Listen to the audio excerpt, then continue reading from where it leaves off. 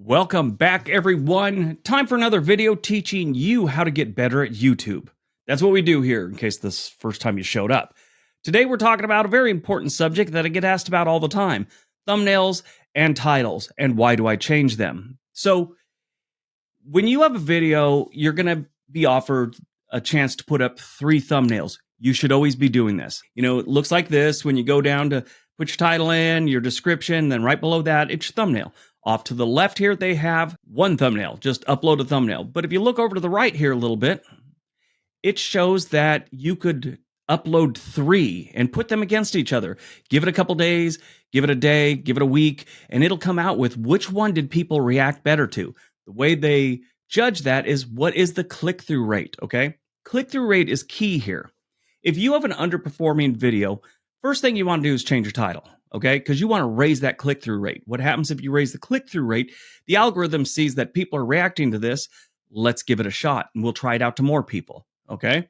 So if your video is just kind of stale and not doing much, change your title. Put some other keywords in there that might interest people. Once those people are interested in it, they start looking at it, and then YouTube goes, oh, people really like this. They're watching it. Let's see what it does with this group and this group, like we talked about before.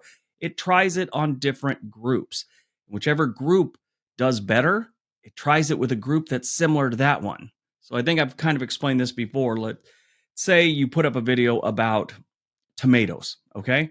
Well, a bunch of people watched the tomato video, but they're all, you know what? Let's see if other people that like carrots watch it. So now they're going to show it to the carrot video. They're going to show it to the carrot people. The carrot people might not dig it. So they pull back from the carrot people and they go, let's check out the people that buy cucumbers. And they try it with the cucumbers people.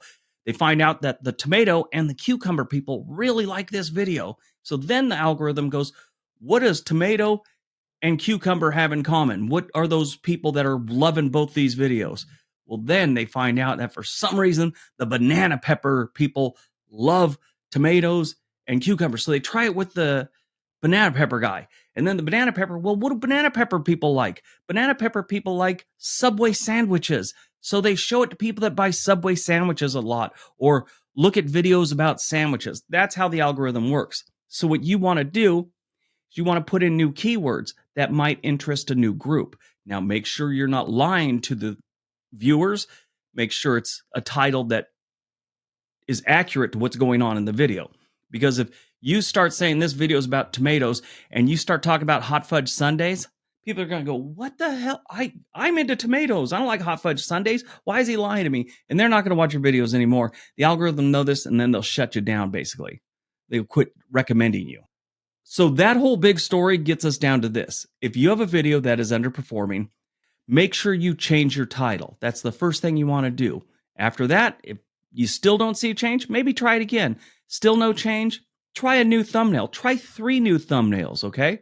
That will hopefully get the ball running, okay? And that's what we want to do, build momentum with different groups.